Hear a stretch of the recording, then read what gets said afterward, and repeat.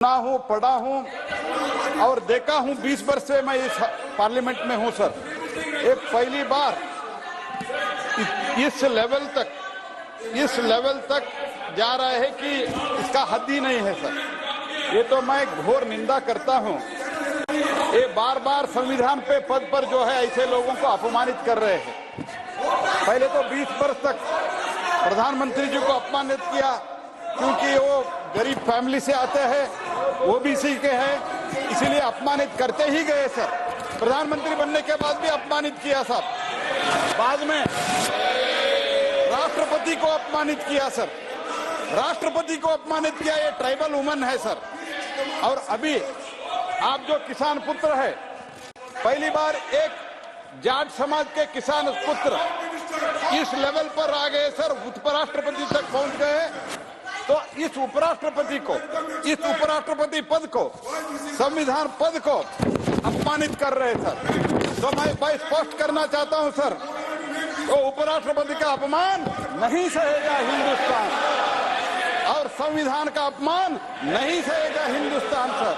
इसलिए हमारे सब सदस्य का इच्छा है कि इन लोगों ने प्रधानमंत्री पद को आपको अपमानित करते हैं, राष्ट्रपति को अपमानित करते हैं। कल जो आपको अपमानित किया है, आपके पद को अपमानित किया है, संविधान को अपमानित किया है, उसके लिए हम इस सदन में कार्रवाई जो प्रश्नकाल आप चला रहे हैं, इसमें आपके सम्मान में और इनके प्रोटेस्ट में, आपके सम्मान में और इनके प्रोटेस्ट में हम खड़े होकर ये प्रश्नोत्तर में हैं और हम प्रश्नोत्तर में हम भाग लेते हैं सर। और इसके साथ ही साथ इसका प्रेसिडेंट भी, माननीय राष्ट्रपति भी इस घटना का खंडन किया है।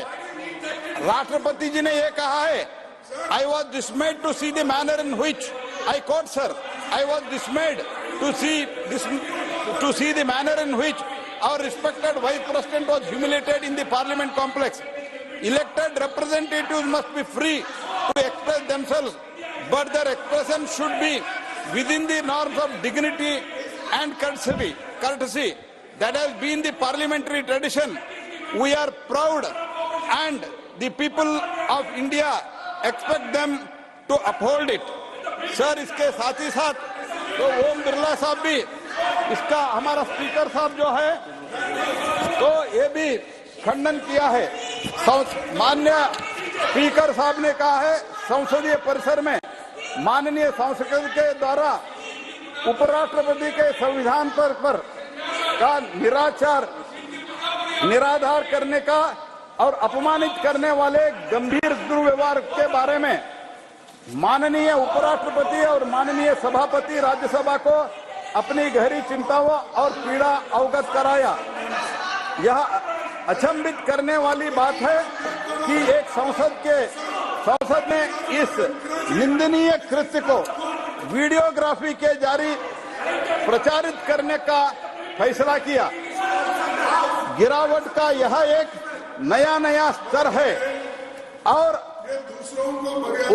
लोकतंत्र में विश्वास करने वाले कोई भी व्यक्ति भी कभी भी इसकी सराहना नहीं करेगा। लोकसभा स्पीकर, देश के बहुत बड़े लोग विभिन्न सेक्टर में जो काम करते हैं, बड़े लोग इसका खंडन किया है sir.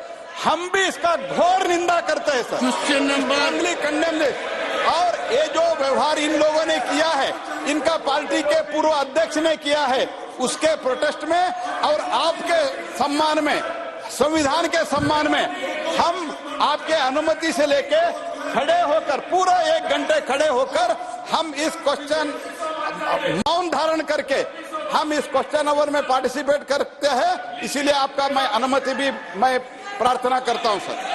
Question number 181 Shri Bhubaneswar कालिटा।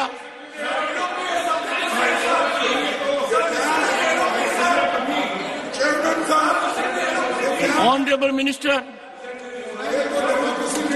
पे रखा गया है। Supplementary one mister Kalita. Supplementary one mister Kalita. Supplementary one sir.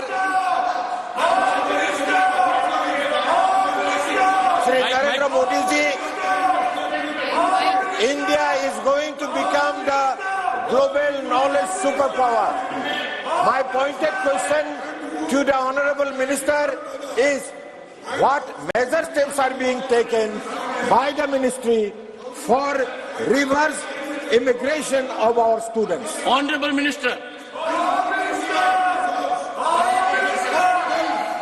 आदरणीय सदस्य ने देश के सामने एक मौजूदा विषय जो सब चिंतित है, जब उसमें रुचि रखते हैं, राष्ट्रीय शिक्षा नीति के उपरांत उसकी फॉलोआउट क्या हो रहा है उसके एक विस्तार विवरण हमने दिया है।